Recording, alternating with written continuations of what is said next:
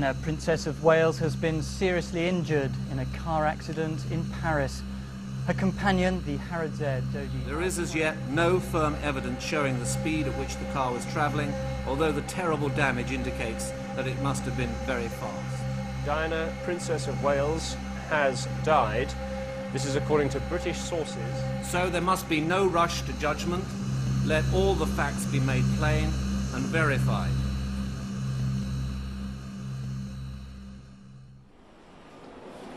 Ten years ago, when I first started investigating the death of Diana, the Princess of Wales, I came to the conclusion that she and Dodi Fayed died in the Alma Tunnel in Paris in a traffic accident caused by a drunken driver. But for the last decade, the theory that she was somehow murdered by the forces of darkness has obscured this simple if sad truth. Now, with the jury returning a verdict of unlawful killing at the inquest in London, the question is, why has the conspiracy circus gone on for so long? The answer is one man, Dodi's father, Mohammed. Over the last 6 months, Mr. Fayed has tried to convince the jury that a fantastical plot to kill the princess was hatched by over 30 people and organizations. They lured her Mercedes into the tunnel, rammed it with a white Fiat Uno, and blinded her driver, causing him to crash. The reason? Diana and Dodi were engaged to be married, and Diana was pregnant with Dodi's child. The establishment preferred her dead than accept a Muslim member of the royal family. It's a remarkable edifice, but I believe that Mr. Fayed's real objective has been to divert attention from an unpalatable truth, that Diana was under his care and his protection when she died. From the moment she arrived in Paris, Diana was exclusively in Fayed hands. She stayed in Fayed accommodation, travelled in Fayed cars, protected by Fayed security. On her final journey, she was driven by a Fayed employee, Henri Paul. It was here, in Mohammed Fayed's Ritz Hotel, that Diana's fate was sealed. She and Dodi had made their way up to the Imperial Suite to escape the attentions of the paparazzi. It was while the couple were in the Imperial Suite that Dodi concocted a new plan to fool the paparazzi. The 2 limousines that had brought them here to the Ritz were to stay at the front of the hotel to create a decoy, and the couple were to slip out of the back of the Ritz with Henri Paul at the wheel of a new limousine.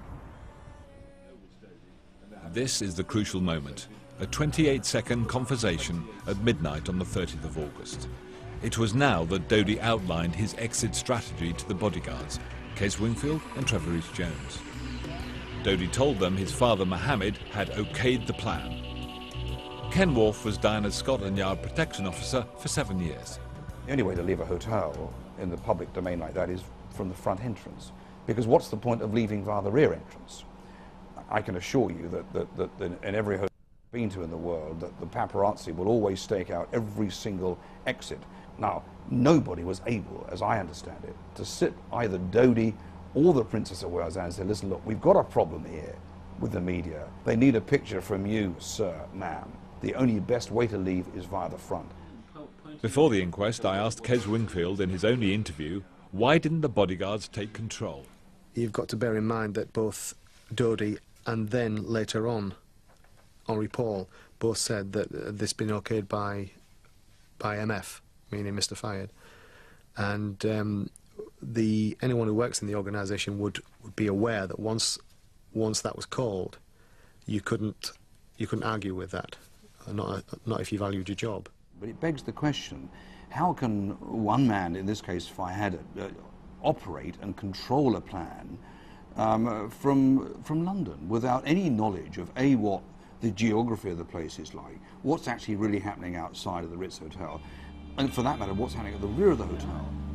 It's the very worst, in my view, of any security operation. It really is. A total of 5 Fayed bodyguards told the jury Mohammed would have had to approve the plan. This is denied by Mr. Fayed, but during his appearances at the High Court, his own security was somewhat tighter than the protection given Diana, the most famous woman in the world. 2 cars, several large bodyguards and professional chauffeurs. The man chosen to drive Diana was Henri Paul. He was a trusted fire lieutenant at the Ritz, but not a qualified chauffeur. In court, fired lawyers suggested Paul might have been in the pay of MI6. They claim he met the forces of darkness between the time he clocked off at 7 o'clock and when he returned to work at 10, and that he was ordered to take the Alma Tunnel route. The truth is rather more mundane. He was in the local next to his apartment. Well, this was my usual way to go home because my home is just there opposite. His close friend and the head of the Ritz that night, Claude Roulet, gave key testimony. Here is the place where Henri Paul lived. I passed here along. He was very close to the bar. This used to be the Bar Le Bourgogne, where I met Henri Paul. He was inside, the door was open, so I made a little sign, hello. And then he said, wait, I come out. And he came on the door. He was about here. And we spoke together a very short time about the events of the day and whether everything was all right and so. And then I said, okay, I'm sorry, but I have to go because I want to pass by home and have a little bite before going to Chez Benoit. Where you were to meet Princess Diana and Dodi Fayed? Yes, where I was supposed to meet them in front of the door. And so then we separated. He went back to the bar and I continued to go home. The fact is, Henri Paul had been drinking before he took the wheel. A Ritz bar bill proved he drank 2 large Ricards after he returned to the hotel. These alone would have sent him over the legal drink-drive limit. In fact, Paul's autopsy showed he was more than 3 times over the limit when he died. Dr. Robert Forrest, a leading toxicologist, examined the evidence. But if you were talking about of the order of 8 measures of spirits to 4 double measures of spirits from the time he arrived back at work, that would be the sort of figure one would need to be thinking about to explain the blood alcohol concentration. Medical records showed Paul had been prescribed several drugs. One was to combat a long-term drink problem. Another was fluoxetine, also known as Prozac. A fair number of doctors in the UK probably would worry about prescribing it for somebody who they knew had a drinking problem. One of the reasons is that it can cause a swing up in your mood so that you become more likely to behave in an irresponsible manner, perhaps. More manic or more hypomanic, to use 2 technical terms. Claude Roulet called the Ritz at 11 p.m. to find out why the plans had changed. To my big surprise, it was Henri Paul who answered to the phone. And I asked about paparazzi. He said, well, there are still lots of paparazzi on the square. But then what happens, he said, don't care, don't worry, I have everything in hand. These were his last words. This might explain why staff at the Ritz were jumpy when we interviewed the last man to speak to Henri Paul alive at the back of the hotel. I tracked Frédéric down in Paris, and although reluctant to talk, he did so on condition of anonymity. In France, no qualified chauffeur has ever had a fatal accident. Frédéric had the qualifications, but was told to hand the keys to Henri Paul. I've been a little bit surprised because I thought I could or another driver could drive the car, but Mr. Paul told me I take the car. I just noticed the presence of those 3 paparazzis, and he closed the door and just said something to the paparazzi. He said, don't try to follow us, you will never catch us. Confirming Frédéric's fears, it was at this point a security man from the Ritz was sent out to film us during our interview. Yet for all the surveillance and 46 CCTV cameras at the hotel, there is no footage from where Paul had his last drink, inside the Bar Vendôme. These are the final CCTV images of Diana and Dodi as they waited with Henri Paul for Frédéric to arrive with a new car. This was the last photograph taken of the Mercedes before Mr. Paul sped away from the back of the Ritz. By the time he reached the Alma Tunnel, he was hurtling at more than twice the speed limit. He was also entering a notorious accident black spot. Claude Roulet rushed to the tunnel on hearing the news of the crash. There he found the two chauffeurs Dodi had chosen not to use for the journey. They came to me, they were very nervous, and they said, we saw that Monsieur Paul was not in his normal state. Philippe Dourneau even said, il était un peu pompette. It means he was slightly drunk. And we tried to persuade him not to drive, but he didn't want to listen to us.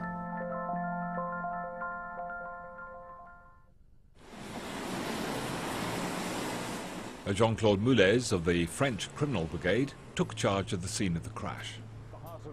The French team found the Mercedes had brushed an old white Fiat Uno. Tout apportait à croire que c'était un accident de la circulation provoqué entre une voiture qui arrivait là, la Mercedes arrivait relativement vite et a percuté cette voiture qui roulait doucement. Le chauffeur a perdu le contrôle de son véhicule, a heurté cette voiture, a commencé à freiner et après il y a eu l'enchaînement automatique de l'accident. Pour nous, l'accident était évident. Et tous les éléments qui sont venus après n'étaient que des allégations. Une allégation en français, c'est un mensonge, tant qu'on ne le prouve pas. The Fiat has never been found, but Mr. Fayed claims it was driven by the photographer James Andonson, who rammed the car on behalf of MI6. When he committed suicide 3 years later, he became a convenient scapegoat. But no witness has ever identified Andonson as the driver. His widow testified that he was at home with her on that night. His road tolls and credit card receipts confirm this. J'ai entendu Andonson, l'alibi qu'il a donné était parfaitement vérifié. La Fiat a été contrôlée par la gendarmerie. Ce n'était pas la bonne Fiat que nous recherchions. Il était hors de cause, on ne l'a pas gardé. Hein? So what of the claim that Henri Paul was deliberately blinded by a bright flash? Paparazzi were first on the scene, using flash photography to take these pictures. But only petty criminal François Levistre has ever claimed a flash and the crash happened at the same time. His own wife, also in the car, has refused to confirm his story. The jury did not believe him. It took 1 hour 43 minutes for Dianna to get to hospital. Medics also working for MI6. Diana's blood pressure was so low that to move her quicker would have killed her. At one point, she had no pulse. And the French used fully equipped ambulances to treat patients at the scene. The fact she made it to hospital alive was a tribute to her medical care. Only there did she suffer a further fatal heart attack. One by one, the methods of murder claimed by Mr. Fayed were fading away. How would the motives for her killing stand up in court?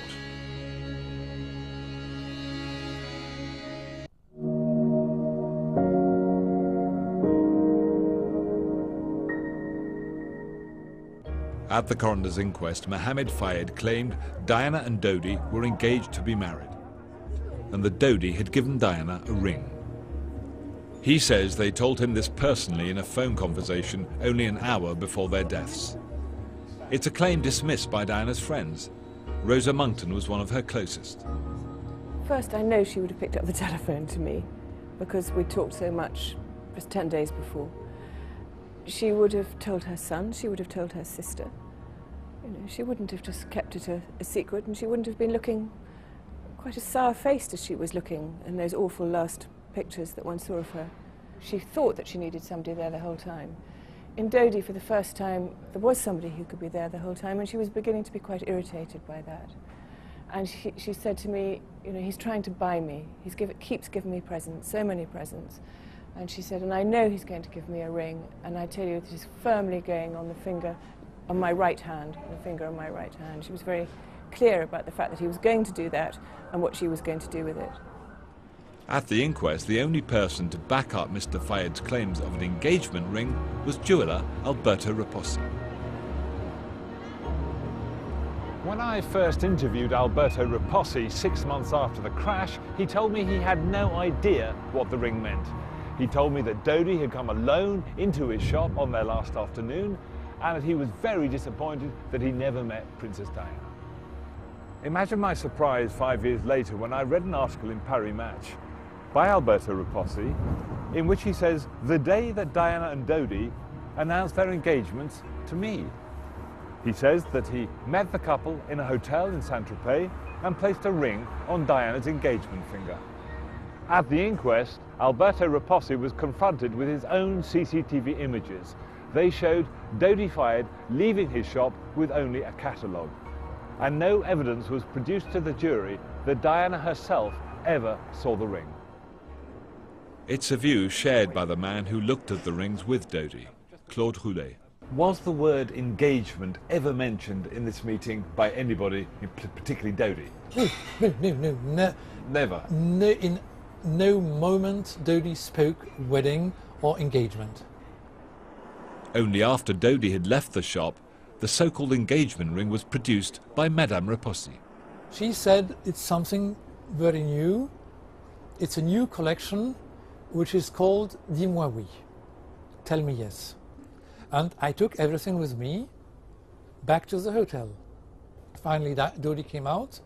He took the box, put the box on a little table, and then I said, "You will give it tonight?" "I don't know, maybe tonight or tomorrow, I don't know." If the couple were to wed, where would they live? Mr. Fayed says it was the Villa Windsor, the former home to the Duke and Duchess of Windsor, just outside Paris. Behind these gates is the Villa Windsor, which Mr. Fayed had rented from the Paris authorities for more than 20 years. Notice the security cameras above the gate that are watching me now. Cameras like these inside the Villa Windsor destroyed the myth that Princess Diana and Dodi Fayed spent 2 hours wandering around here on their last afternoon and were planning to live here after they married. It's a complete fantasy on Mr. Fayed's part. And I actually know that had she even contemplated for a single second living in the Villa Windsor, having visited it, she would have rung me. Because she knew my connection with the Duke of Windsor, she knew he was my brother's godfather, she knew I'd been there. She would have been straight on the telephone, and she wasn't. Mr. Fayed claims, just before she died, Diana told him, and him alone, she was pregnant.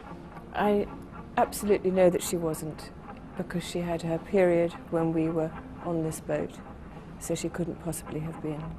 And that was just 10 days before she died.